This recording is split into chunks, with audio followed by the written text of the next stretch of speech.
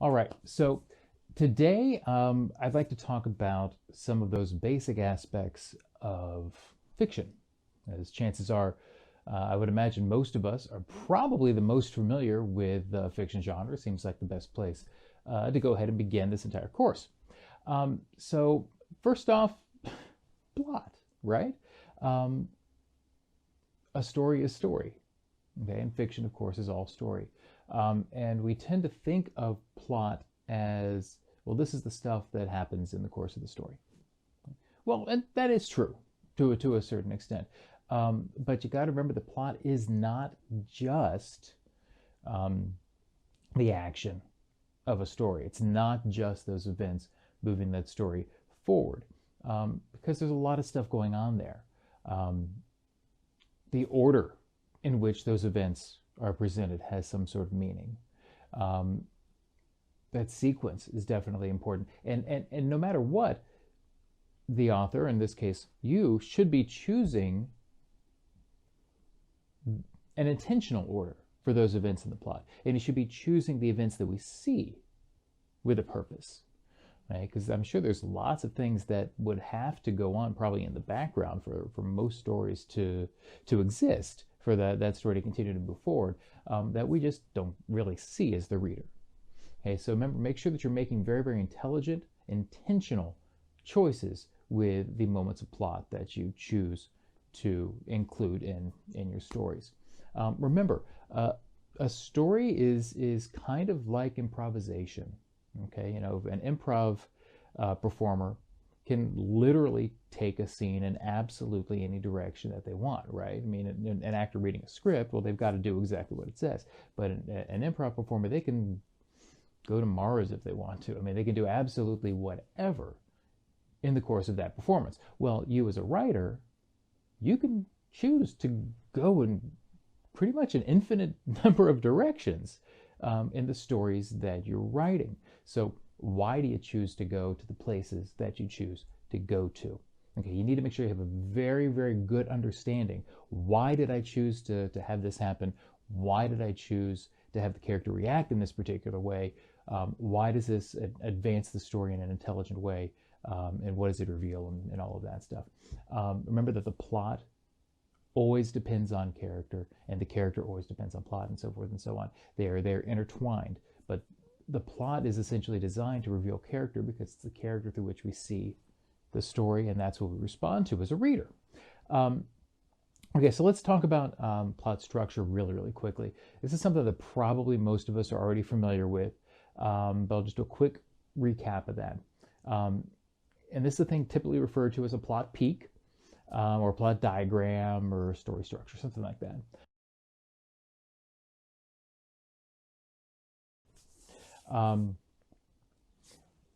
In the course of a story, you have to go from one state to a different state. And the story is how you got from point A to point B. Okay? So you start off with whatever the status quo is. Okay, that's your beginning point for a story. During that section, we usually get a fair amount of what we call exposition. Okay, so that exposition is all the background information that you would need to be able to understand the entire rest of the story. This does not all have to happen right there at that moment, but it is the foundation that then everything else has to come from. Okay, and then something happens. We call that moment the inciting incident. Something happens that gets the change started. Something happens that gets everything moving. And that's that first little corner there on that plot paper. The exposition going into that inciting incident. Now, from that point, you have what we call rising action. And that's where we have all the different events, essentially, of the story. You got conflicts and decisions being made and characters interacting with each other and so forth and so on, until we get to that point of highest action, and that's the climax. Okay, so rising action are all those events in the story build till we get to the climax. Usually that's going to be the longest section of the book, because then in most stories, we usually don't want the climax to be right at the middle of the story. You want it to be closer to the end. You know, it's that big finish. So you've got the rising action building to that climax. That's that moment of highest action Could be the showdown between forces, could be, whatever, but it's that moment of biggest intensity there in the story. Now, after that, of course, comes what we call the falling action. And that's essentially kind of how we start to resolve those events. We start seeing some of the repercussions, all of those things. And then we have our final denouement, is the word there at the end, or final resolution. And that is essentially the new state that we are now in. So we started at point A, we ended up at point B, in terms of these characters' lives. Not necessarily physical location, not necessarily in terms of story, but in terms of character, because that is what's driving that plot. And now remember that these moments are not necessarily clearly defined, definitely not as clearly defined as they are on a diagram of a plot peak. Okay, definitely not. They kind of bounce around a lot. But that's totally okay. Okay, you can kind of go back and forth between them, and that's totally fine. So since we talked about character influencing plot a lot, let's talk about character a little bit here too. Okay, because we understand a character, we understand who somebody is through what they do. We understand a character through their actions. Okay, and that character defines the plot. So how do they respond to the things that happen in the course of the story? That defines who somebody is. The way you react to some sort of situation. Two different characters could be presented with that exact same moment, but one person chooses, to betray everybody that they love, and one person chooses to stand up for everybody that they love and fight for them. And we have two totally different personality types going on there, but it's the exact same stimulus. So remember, we understand a character through their actions, the way they react to stuff, and that character essentially drives that plot. Of course, you want your characters to be believable, okay? Something that the audience can latch onto, that the reader can latch onto in there. And there are three basic types of characters. If we're going to talk about character types, we got three basic types, okay?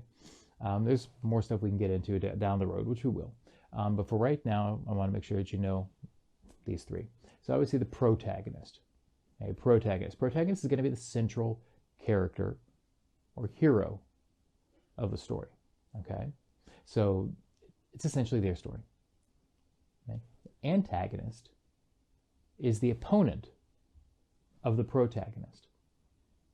Okay, the opponent. So let's say we'll go with Harry Potter. So in the Harry Potter books, obviously the protagonist is Mr. Harry Potter, exactly. And of course the antagonist would be Lord Voldemort. Okay. That's really clearly defined, right? It's really obvious. Okay, this is the protagonist, this is the antagonist. You understand that conflict. It's really easy to follow. Now, the third type of character that you would want to know would be a foil character. And a foil is there to, I guess, kind of contrast with a different character, so that you understand that other character more. So this is usually the protagonist, but doesn't have to be. But there's something in there where they're there to contrast with that story. So if we go with the Harry Potter line, Harry Potter's foils would be Ron and Hermione, right? Because they both show aspects of Harry's personality, but in the extreme, right? And we've got kind of Ron doing the whole, lazy whatever thing, and Hermione that kind of brainiac sort of thing, whatever. And Harry's that middle ground. Harry's right there in the middle. And so by having those two foils in there, personifying those extremes of personality, you get to see Harry's inner conflict a lot better, and you get to see really, you get to see his immaturity from the beginning, and you get to see his growth, and you really have a much more three-dimensional picture of who he is and who he's becoming. Okay? So remember, when you try to think about that, you always want to ask yourself, whose story is this? Okay, and if you're examining another piece of literature, that's what you do. Whose story is this? Okay, who's the main character arc going to be about? And that is your protagonist. Okay, then you can figure everything out in relation to that. Now, it's possible, of course, to have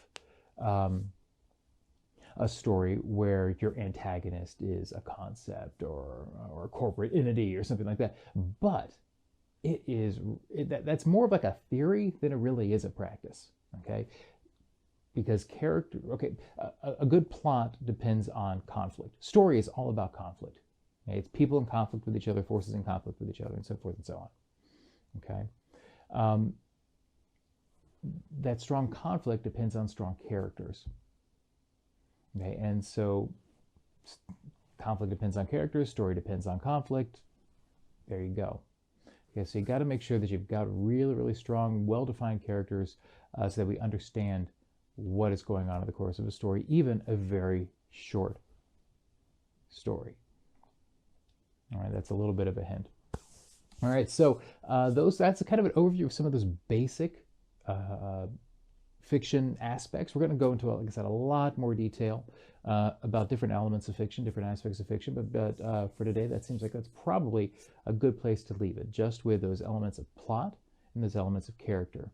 Okay, so plot, remember the whole plot structure diagram.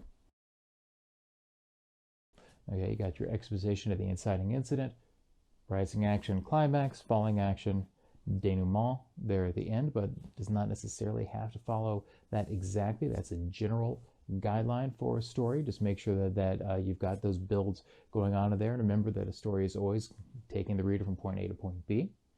And you've got your characters that, of course, are driving that story. And characters are defined in how they react to those moments, those purposefully chosen moments in the course of a story.